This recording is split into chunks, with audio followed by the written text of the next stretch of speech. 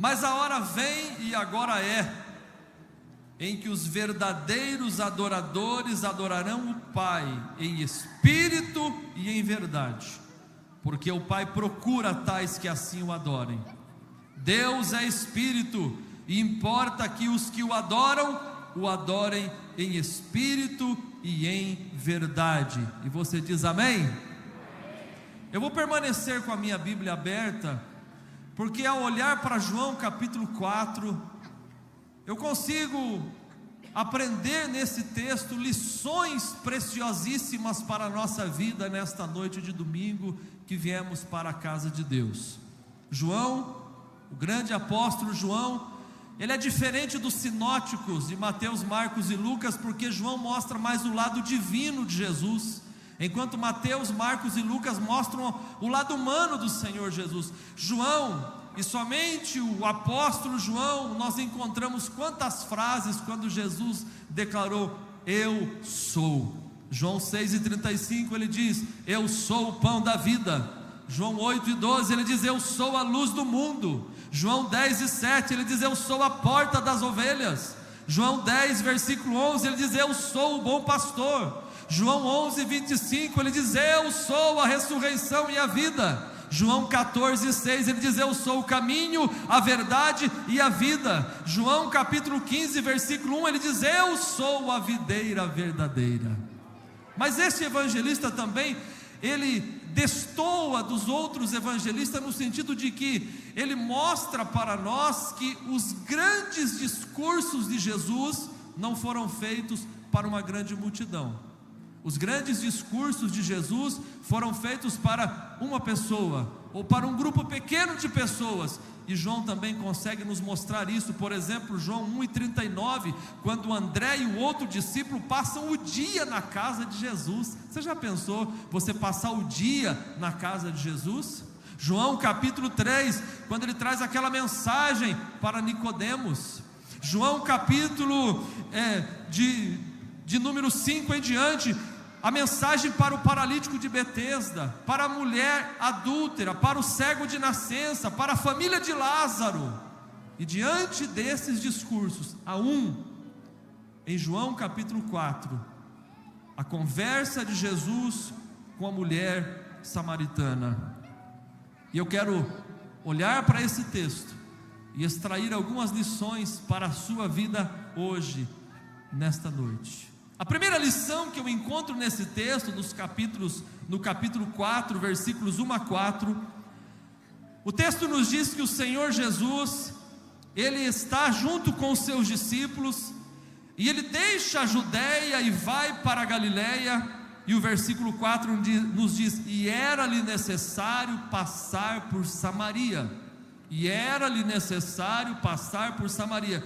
A primeira lição que eu aprendo é que há uma agenda celestial para você cumprir.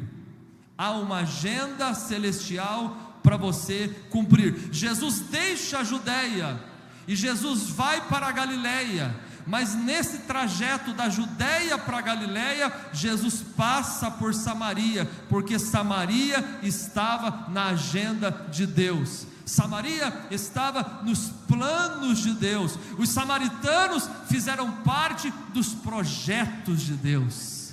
Uma parábola é a parábola do samaritano, que a gente chama de a parábola de um bom samaritano.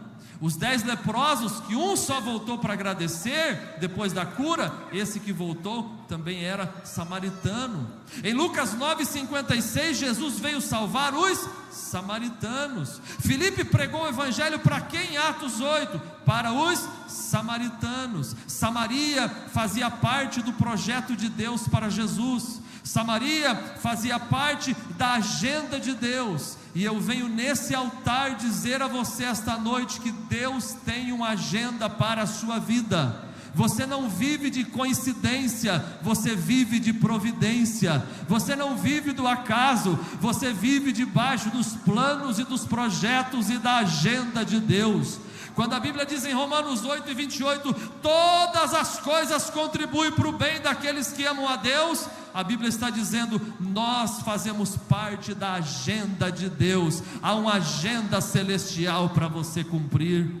Você se lembra quando o pai do rei Saul perdeu as jumentas e pediu que o seu filho fosse buscá-las? Você se lembra que Saul ficou 3 dias procurando as jumentas do seu pai e não as encontrou? E Deus falou com o profeta Samuel na cidade de Zuf e disse: amanhã eu vou enviar um rapaz nessa cidade. As jumentas do pai dele se perderam. Quis é o nome do pai, Saul é o nome do jovem. E quando ele chegar aqui, Samuel, você pode ungí-lo, porque ele é o futuro rei de Israel. Quando eles estavam voltando para casa, Saul disse: vamos para casa, que o meu pai já não está nem preocupado com os animais, já está preocupado comigo. E o servo que estava com ele disse: vamos entrar nessa cidade, porque nessa cidade tem um homem de Deus, e tudo que ele fala acontece. Quando Saul entra na cidade, Samuel o está esperando. E Samuel diz para ele: as jumentas que se perderam já foram encontradas. Você não veio aqui para procurar jumenta, você veio aqui para ser ungido rei. Você saiu de casa com o cabresto, mas você volta para casa com o cetro. Você saiu de casa como filho de Quis, mas você volta para casa como o rei de Israel, porque Deus tem uma agenda para você. Não foi o teu amigo que te chamou para esse culto apenas, não foi alguém que disse: vamos lá na sede apenas. Há uma agenda de Deus para a tua vida. É noite da tua salvação, é noite da tua libertação, é noite de você voltar para o Senhor, porque Deus tem uma agenda para você cumprir. Quantos entendem esta palavra? Diga amém. A segunda lição que eu encontro no texto é que não há apenas uma agenda para cumprir, há uma história para lembrar. Perceba, irmãos e irmãs, que no capítulo 4 de João, versículo 5, o texto diz que Jesus vai a uma cidade de Samaria, chamada Sicar, junto da herdade que Jacó tinha dado ao seu filho José. Veja o texto. Aonde Jesus chega é um local, é um poço. O versículo 6 diz que naquele local estava a fonte de Jacó, e Jesus, cansado do caminho, se assenta junto àquela fonte. O que é que Jesus está nos ensinando nesse texto? Porque o Espírito Santo colocou esse versículo 4 na nossa Bíblia, não é em vão. Veja aqui, era o local que Jacó tinha dado ao seu filho José, em Gênesis 33 e 19. Depois de 20 anos longe do seu irmão, Jacó vai retornar para reencontrar com Esaú, e diante dessa amizade, essa restauração de amizade, o texto nos diz que, para agradecer a Deus, ele compra um pedaço de terra e dá de presente para José. José agora vai para o Egito, como vocês conhecem a história, mas lá no Egito, lá no final de Gênesis, ele diz para os israelitas, para o seu pai, para os seus irmãos: eu não quero que vocês deixem os meus ossos aqui, eu quero que vocês levem os meus ossos para o local que Deus prometeu que levaria o seu povo. E lá em Josué 24 e 32, essa promessa foi cumprida. Veja, depois de muitos e muitos anos, Jesus vai se aproximar exatamente daquela fonte de água, chamada fonte de Jacó. Há uma agenda para você cumprir, mas há uma história para você lembrar. O que Jesus está nos ensinando é que, ao construir uma casa, eu preciso fazer o alicerce. E se você está em pé, é porque alguém foi o seu alicerce. O que o Espírito Santo nos ensina nesta noite é que você nunca deve esquecer de onde você veio. Você nunca deve esquecer as pessoas que te ajudaram. Você nunca deve virar as costas para aqueles que, no momento de um desemprego, lhe estenderam a mão. Quando você ficou sem carro, emprestaram um carro. Quando a situação estava difícil, alguém levou uma cesta básica. Quando você não sabia o que fazer, alguém te deu uma palavra de encorajamento. Não se esqueça de onde você veio. Não importa o cargo que você tem, não importa o salário que você tem, não importa a casa que você mora, nunca se esqueça das pessoas que vieram atrás de você. Nunca se esqueça do poço de Jacó. Nunca se esqueça das pessoas pessoas que permitiram que você estivesse aqui esta noite. Respeite o teu passado, respeite as pessoas do seu passado, respeite a história que você escreveu, porque se há uma agenda para você cumprir, há uma história para você lembrar. Eu ouvi dias atrás, tristemente, o relato de uma menina que, ao ir estudar em uma escola particular, pelo fato do seu pai ter um carro velho, ela pedia que o seu pai a deixasse na esquina, uma esquina da escola, para que ele não chegasse com aquele carro velho à frente da escola, para que os amigos daquela menina não pudessem ver aquele carro. Ora, aquele pai estava se sacrificando para pagar uma escola para aquela menina. Aquele pai estava trabalhando e trabalha até hoje para dar a ela dignidade, educação. Você menino, você menina, você ainda tem vô? Abraça teu vô. Você ainda tem vó? Abraça tua avó. O seu celular ainda aparece a chamada mãe, ou mamãe, ou papai? Não olhe para a chamada e diga: mas meu pai de novo, mas que velho chato. Faça isso não. Meu pai faleceu em um ano 2000, tem 23 anos que o meu celular não toca.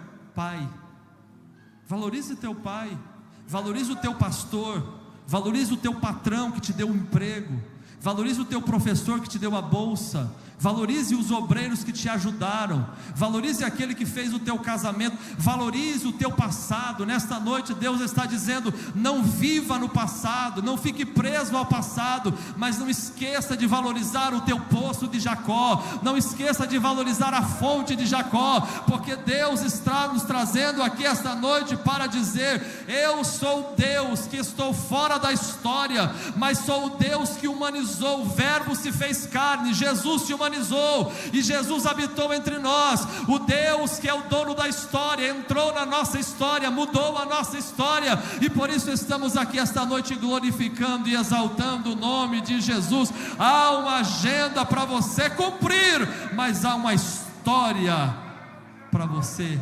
lembrar. A terceira verdade desse texto é que não há apenas uma agenda para eu cumprir, não há apenas uma história para eu lembrar, há um Deus para me salvar, há um Deus para me encher. Jesus está cansado, imagine a cena,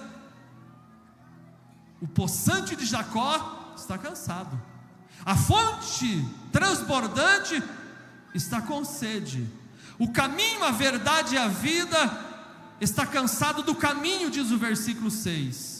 E perto do meio-dia, Jesus se assenta perto da fonte de Jacó. De repente uma mulher samaritana vem tirar água, e quando aquela mulher samaritana está tirando água, Jesus olha para ela e diz: mulher, dá-me de beber um pouco dessa água. Ela tomou um susto, e ao tomar um susto, ela olha para Jesus, porque os discípulos não estavam ali, tinham ido comprar comida, e ela diz: como sendo tu judeu, pede de beber a mim, que sou uma mulher samaritana? Porque os judeus não se dão bem com os samaritanos, e você, sendo judeu, pede a mim, que sou mulher samaritana? Como se fosse uma resposta repreensiva. Mas o Deus de amor olha para aquela mulher, o Cristo que te trouxe aqui, olha para aquela mulher e diz: mulher, se você conhecer o dom de Deus, se você conhecesse o presente de Deus, mulher, e quem é que está te pedindo para beber, é você que pediria água para Ele, e Ele te daria água viva. E ela olha para ele e diz: Senhor, agora não é judeu mais, já aumentou o nível, agora é Senhor. Senhor, mas Senhor, o Senhor não tem com que tirar água, o poço é fundo, o Senhor é maior do que Jacó, o nosso pai, que nos deu esse poço, que bebeu ele, os seus filhos, o seu gado, Senhor.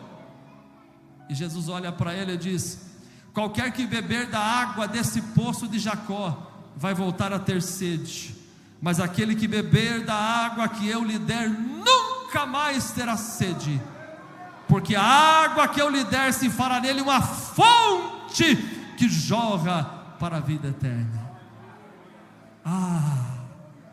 Essa fonte está jorrando aqui esta noite. Essa fonte é a fonte de salvação, é a fonte de libertação, é a fonte de perdão, é a fonte da alegria, é a fonte da sustentação. Esse Cristo maravilhoso que ofereceu água viva para esta mulher, também está aqui dizendo para você: se você nesta noite beber desta água, você nunca mais vai ter sede. Se você esta noite receber a Jesus como Salvador da sua vida, você nunca vai ter sede. Às vezes há pessoas nesta multidão que estão buscando em fontes de alegria, estão buscando na bebida, estão buscando nos prazeres, estão buscando nos relacionamentos, estão buscando nas diversões da vida, mas nesta noite você encontra a fonte transbordante, e essa fonte é Jesus de Nazaré. Se você beber dessa água, nunca mais você vai ter sede, porque essa fonte de água vai jorrar para a vida eterna. Quantos podem louvar esse Deus que está aqui esta noite? Você tem uma fonte de provisão, você tem uma fonte de água viva. Esta água que Jesus dá, ela jorra para a vida eterna.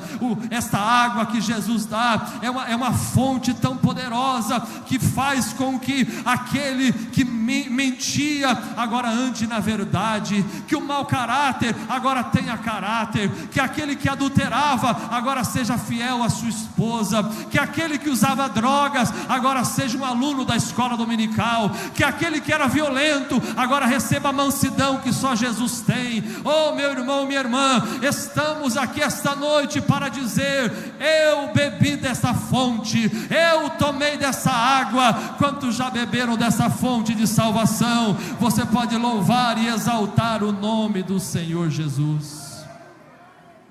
Há uma agenda para você cumprir, há uma história para você lembrar, há um Deus para você se encher, mas nesta noite há uma adoração para você oferecer a Ele. Quando eles estão conversando, ele olha para ela e diz: Senhor, então faz o seguinte, olha, então o Senhor me dá dessa água, que daí eu não preciso ficar vindo mais buscar. Aí Jesus falou: tudo bem, então a senhora por gentileza chama o seu marido e vem cá. Senhor, marido, a Bíblia não diz que ela gaguejou, mas eu imagino, marido, eu não tenho marido não.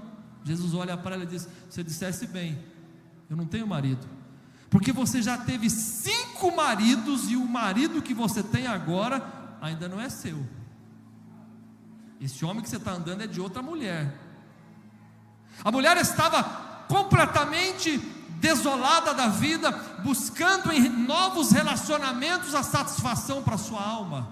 6 homens e nada resolveu, mas agora o 7º homem chegou para salvá-la, para transformá-la, para justificá-la, para regenerá-la, para mudá-la por dentro, para mudá-la por fora, para fazer dela uma evangelista, para fazer dela uma mulher para proclamar a palavra. O 7º homem chegou, e quando ele revela a situação dela, agora ela não o chama no versículo 9, no versículo 9 ela diz judeu, no versículo de número 19, ou melhor, versículo 11, ela diz Senhor. No versículo 19, agora ela diz profeta. E diz: Senhor, eu vejo que tu és um profeta, e eu quero que o Senhor tire uma dúvida para mim. Sou samaritana.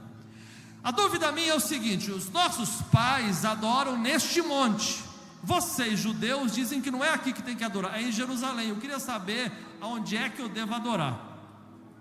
É em Sorocaba? É em Presidente Prudente? Aonde é que eu devo adorar? Eu quero uma localização aonde eu devo adorar. Jesus olha para ela e diz: mulher, vem a hora em que nem neste monte, nem em Jerusalém vocês vão adorar o Pai. Mulher, a hora vem, e a hora agora em que os verdadeiros adoradores adorarão ao Pai em espírito e em verdade. Deus é espírito, mulher, e importa que os que o adorem em espírito e em verdade. Há uma agenda de Deus para a tua vida? Há uma história de Deus para você lembrar? Há um Jesus poderoso para você ser salvo? então nesta noite há uma adoração para você oferecer a Ele, de todo o teu coração. Essa adoração não tem um lugar específico, ela pode ser em qualquer lugar. Essa adoração não tem falsidade, porque se Jesus disse que os verdadeiros adoradores, é porque existem os falsos adoradores. Mas esta adoração, ela é verdadeira. Essa adoração, ela tem um foco. O foco dessa adoração não é o pastor, não é o presbítero, não é o diácono, não é o líder de louvor. Essa adoração é o Pai. Ele diz: vocês vão adorar o Pai em espírito e em verdade. Essa adoração, ela tem altura porque ela sobe lá no trono de Deus. Essa adoração, ela tem profundidade porque ela nasce na alma. Essa adoração, ela tem largura porque ela alcança outras pessoas. Essa adoração é noite de aproveitar para adorar. Como que eu posso adorar o meu Deus nesse culto? Quando eu levanto a minha mão e digo glória a Deus, eu estou adorando. Quando eu levanto as minhas mãos e digo aleluia, eu estou adorando. Quando eu pego o lenço para enxugar as minhas lágrimas, eu estou adorando. Quando no meu jeito fechadinho, quietinho no banco, lá dentro eu estou queimando em adoração, eu estou adorando. Não é o jeito que você adora, não é se você levanta a mão ou não levanta, não é se você chora ou se você não chora, mas é a sinceridade do teu coração, é a sinceridade da tua alma, é a clareza com que você veio aqui esta noite. Se você veio aqui para adorar a Jesus, você está perdendo tempo se ainda não começou a adorar. Eu te convido a fazer um ato de adoração enquanto eu estou pregando, porque a hora vem, já chegou, em que os verdadeiros adoradores adorarão ao Pai em espírito e em verdade. Como pentecostais que somos, respeitamos profundamente aqueles que não são pentecostais. Como os pentecostais que somos, respeitamos profundamente as igrejas que não são pentecostais. Mas da mesma forma que nós a respeitamos, por gentileza, nos respeite. Nós somos barulhentos. Nós damos glórias a Deus. Nós exaltamos o nome de Jesus. A gente liga a TV e vê multidões nos estádios, gritando feito malucos, sem roupa, com cerveja na mão, xingando a mãe do juiz, e quando o time dele faz um gol, muitos crentes até em casa, gritam e gritam e gritam de ficar rouco, porque alguém fez o gol. Quando as pessoas que não servem a Jesus vão para a balada, quanto mais alto for o som, e quanto mais eles dançarem, e quanto mais eles gritarem, melhor eles vão fazer parte daquele grupo social. Quando alguém vai para o rodeio e alguém consegue ficar alguns segundos em cima daquele boi, quanto mais tempo ele ficar, mais a turma grita e já entra o cantor e a festa vai até a madrugada. Ora, por que é que eu não posso adorar o meu Deus, sendo que aquele que torce para o time, grita para o time, aquele que vai na balada, grita na balada, aquele que vai no local onde tem os bois, ele grita no rodeio. Eu não vim aqui gritar para jogador de futebol, eu não vim aqui gritar para ninguém que está em cima do boi, eu não vim aqui gritar no baile funk, eu vim aqui dizer que o meu Jesus me salvou, o meu Jesus me regenerou, o meu Jesus mudou a minha história, o meu Jesus mudou a minha vida. Então ninguém vai calar a minha adoração, porque a minha adoração, ela tem foco, ela é para Deus. É Ele que mudou a minha vida, é Ele que mudou a minha história, é Ele que mudou o meu coração, é Ele que me salvou. Se tem mais alguém que quer fazer parte dessa turma, que veio aqui para dizer, ninguém pode calar a minha voz, dê o maior glória a Deus que você pode dar nessa noite. Bendito seja o nome do Senhor nosso Deus para sempre.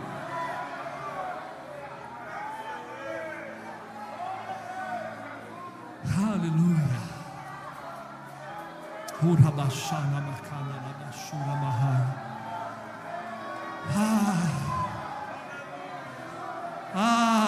Quando Paulo e Silas adoravam, o terremoto desceu. Deus está dizendo para você esta noite: eu estou pronto para derramar sobre a tua vida algo tão novo para 2024, que todas as experiências que você teve, você nunca recebeu ainda, mas eu estou esperando o teu pulmão se encher, a tua mão levantar, os teus olhos molharem de lágrima, e você ser um verdadeiro adorador. Eu vou ler de novo: a hora vem, agora é, em que os verdadeiros adoradores adorarão ao Pai em espírito e em verdade.